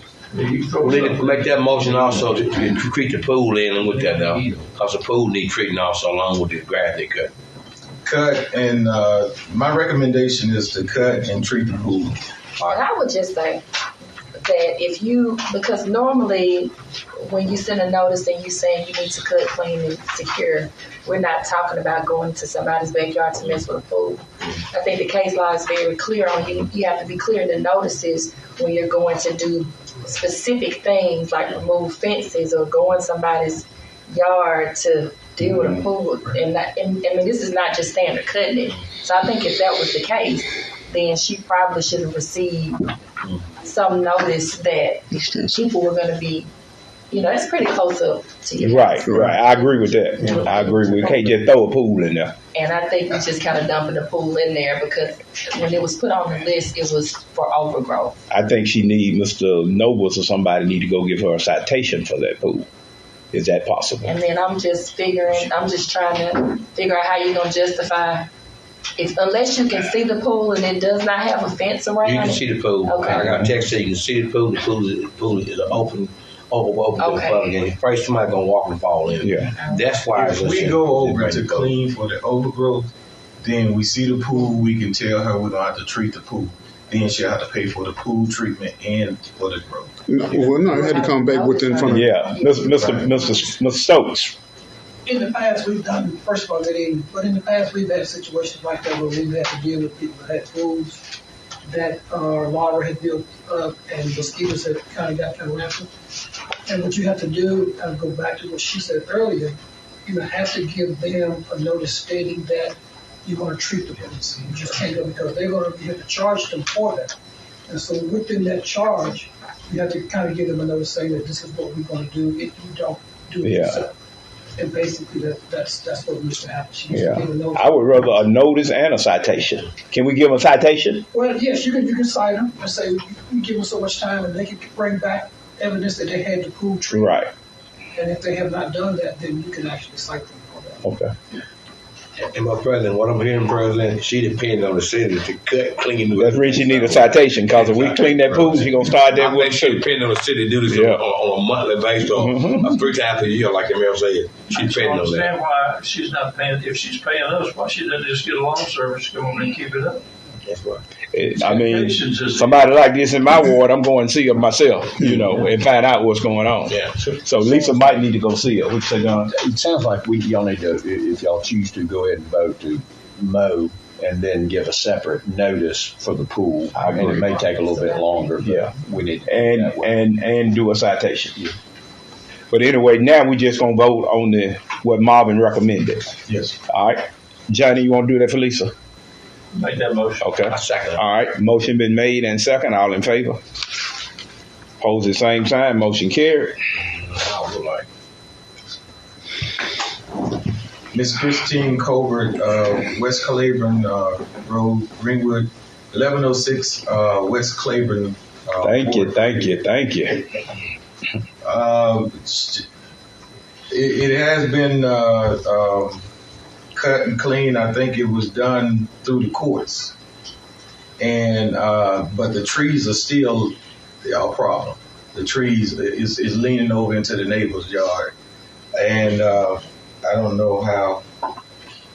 It's gonna be between the neighbors. Let's It's falling down. That's between the 2 adjoining landowners. That's a civil matter. Private. Yeah. All right. Then I recommend dismiss.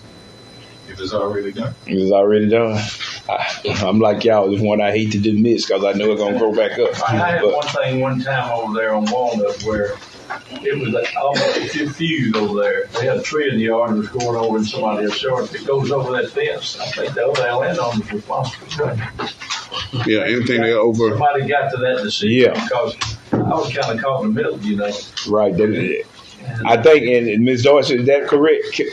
If it grows over in your yard, can you cut it? Let the court decide is my answer to that. That's that. Exactly. I would cut it and you take me to court.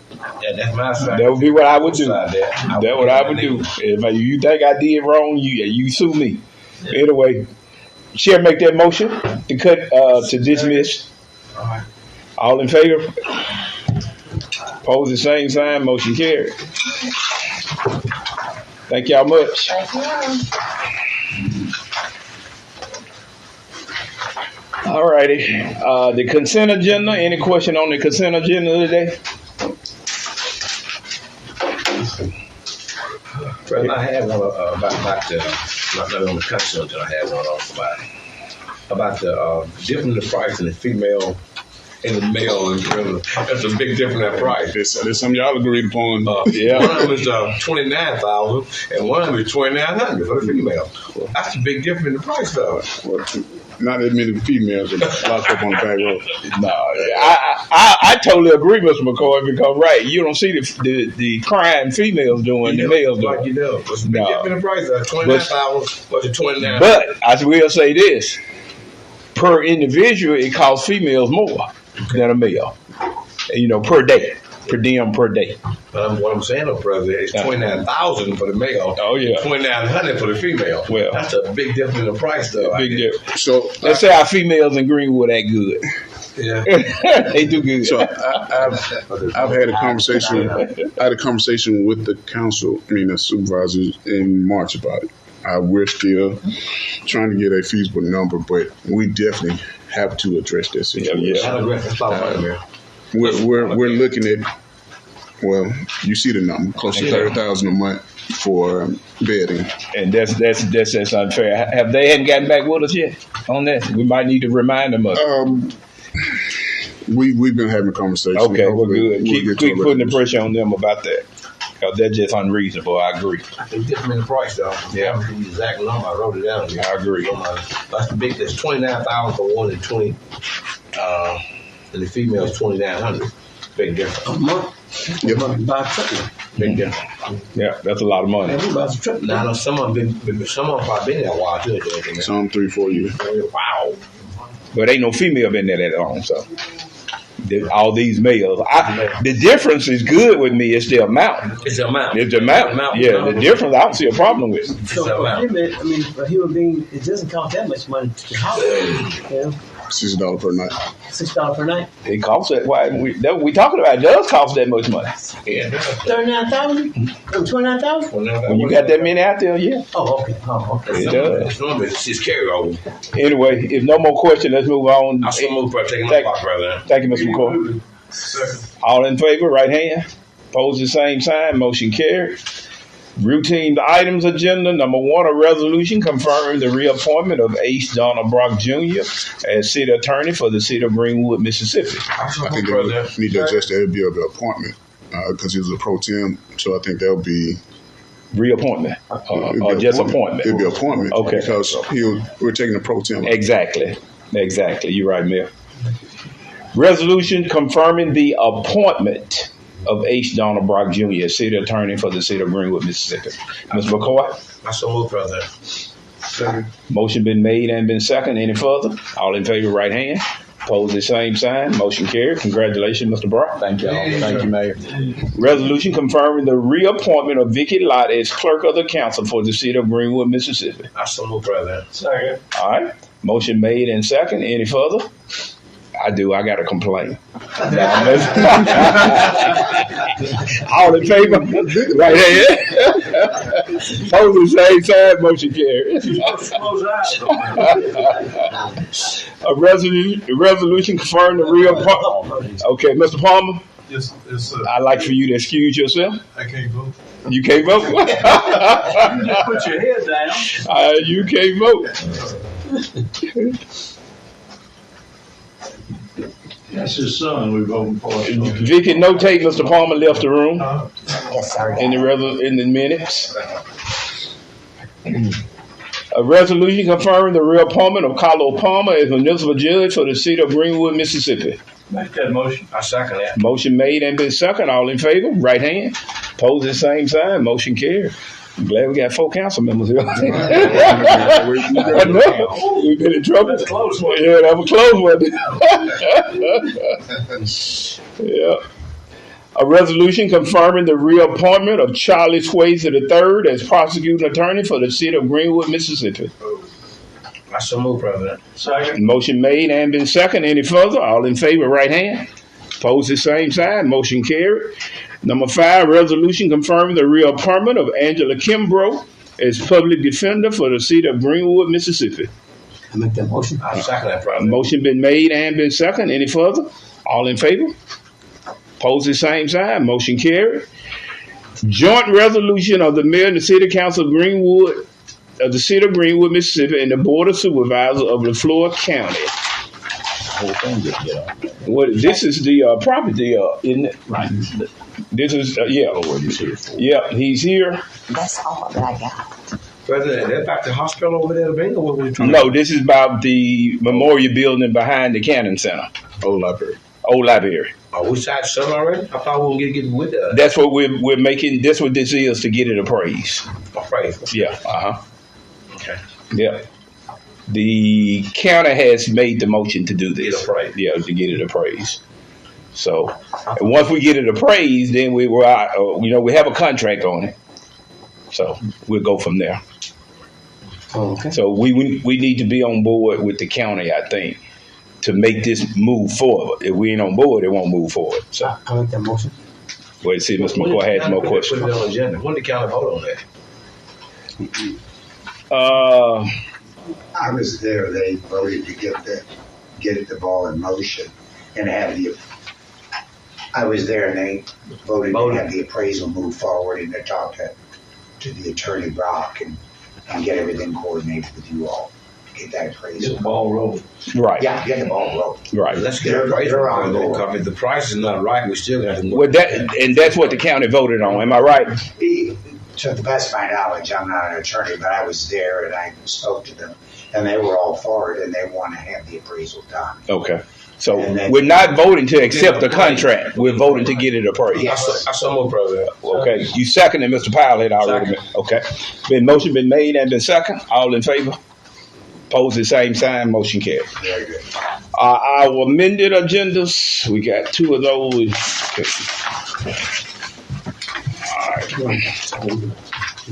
All right. What is that? I think that was just for information on the increase in the inspection fees. It's just information on it. Okay.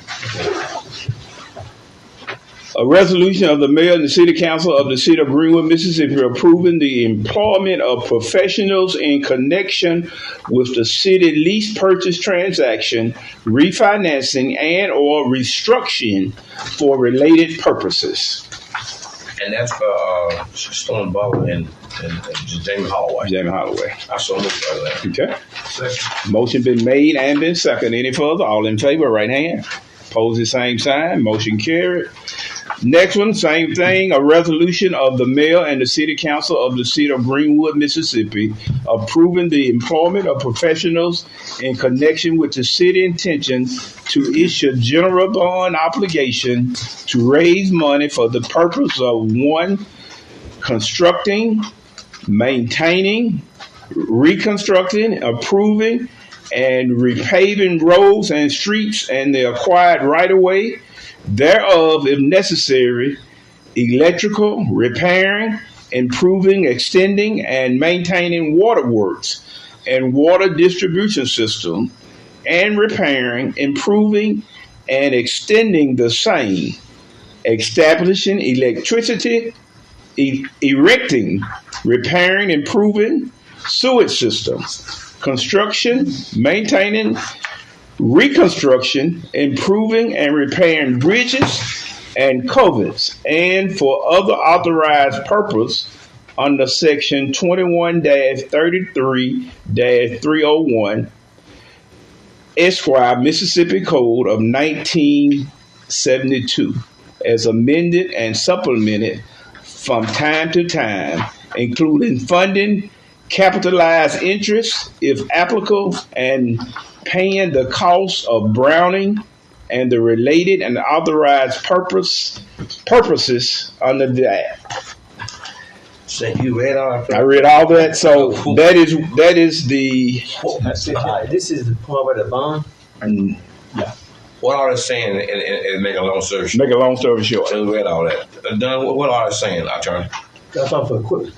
That's saying, again, approving hiring Butler Snow and Jamie Holloway's firm to move forward with the issuance of general obligation bonds or refinancing them to do everything Mr. Stevenson just said. Okay, I follow to my buying equipment. This time I'm fixing bridges and roads and gas line and everything else. I think they do a wide net for everything that could be done, but the purpose, as I understand it, is equipment. The main purpose. What's that, man? So it's the GO bond. So when you go into the GO bond, you have to put all the bells and whistles that's connected to it. Okay. So we're not planning on fixing the roads and bridges and stuff, whatever. No, so what we're looking at is to the equipment for those type of things. We're looking for equipment. We're looking for, only for equipment for the city use. Correct. Not to fix the road and bridges and whatever Mr. Stephen read off. Correct. Sewage line and gas line and potholes. Well, what it's in there for is because they said if something happens and we need some money,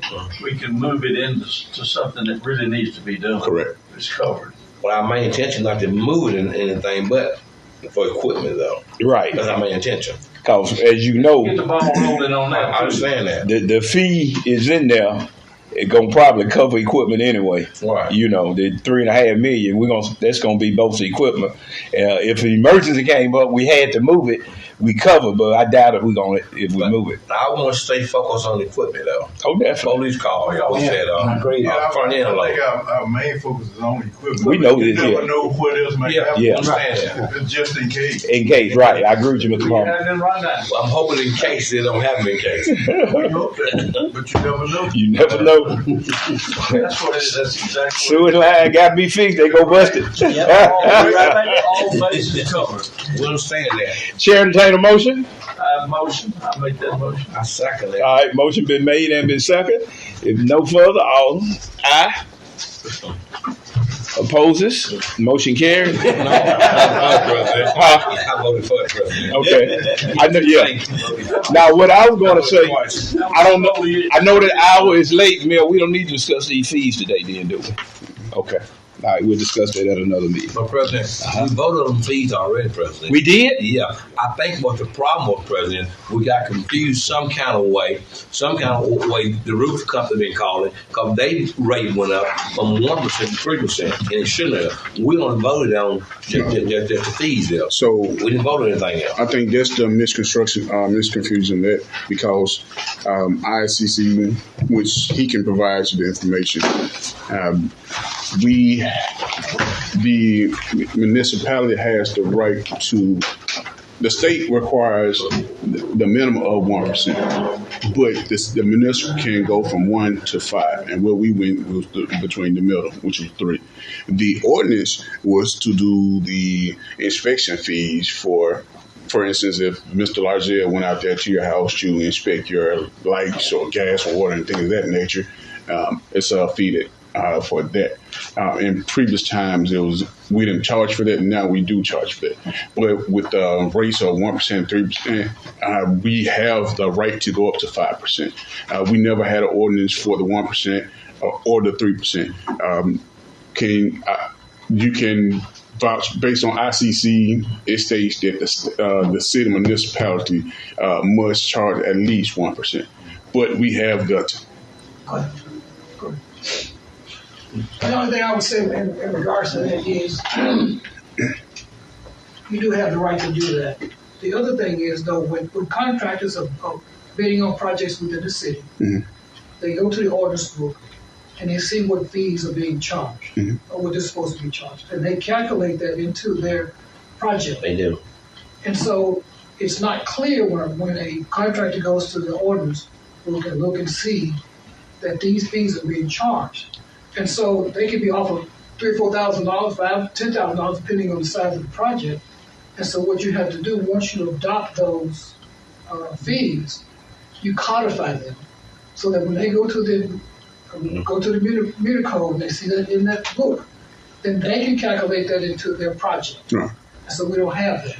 And so that's what needs to happen. If you agree to a certain fee schedule, you need to codify it so that the board adopts it 30 days, then you put it into your ordinance book. So that when I go to the ordinance and see what you're charging for a particular fee schedule, I know to calculate that into my project. Right. So we don't have that. That's why you got the confusion. We don't have that. Right. So when they go to enforcing that, well, I didn't charge that into my project, and I'm off $20,000 because I got $1 million project. Right. So that's something that should have been corrected many years ago, then, based on what you're saying. Well, we had something in there. I think Don had sent Marvin something regarding there was a fee that we were charging. First 1,000 so much you charge for that, and so many thousands after that you charge another percentage. And so that's what's in the ordinance book right now. And so when a contractor looks at that, that's what they're going by. That's what they're going by. That 1%. Right, whatever that is. So, right. But what the guy did, that did our program, he put that into the computer so it automatically kicks in. But basically it goes back to what our ordinance says. For the first 1,000, there's a fee. There's so many thousands after that, then there's another fee that kicks in. So basically we need to clean it up. Correct. And then, like I say, you put it out there into your code book.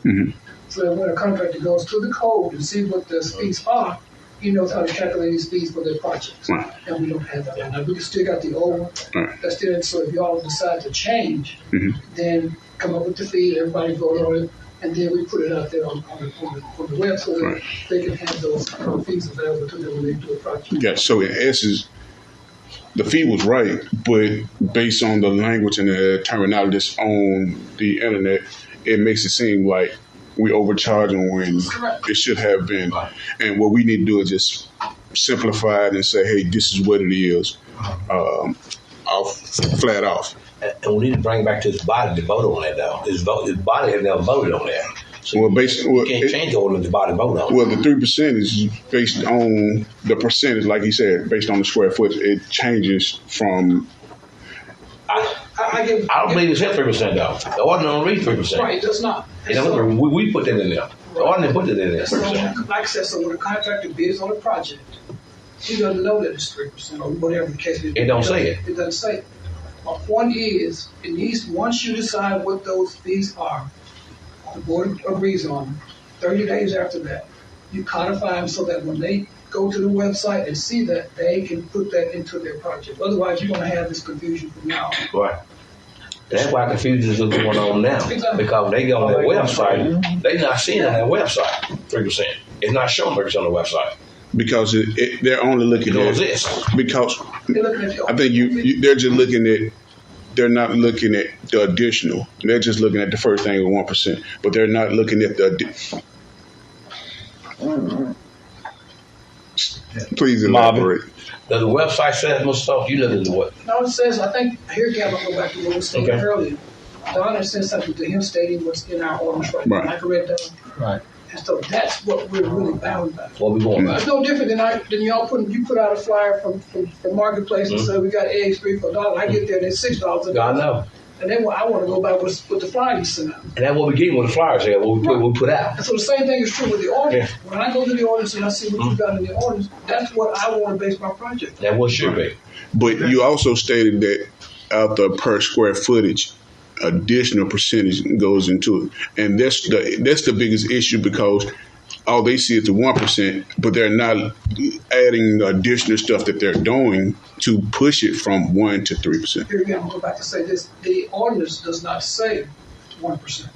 It says what he sent to him. Square footage. No, it has. It's a price per thousand. Price per thousand. Price per thousand, not square foot, but just a price per $1,000 wise. So that's what's in the ordinance. But that's calculated by the computer. It's not calculated by us. We don't add that feature in there. We just put in the total cost or the total square footage. Right. And based on 1%. And the computer, we have been doing this for the longest.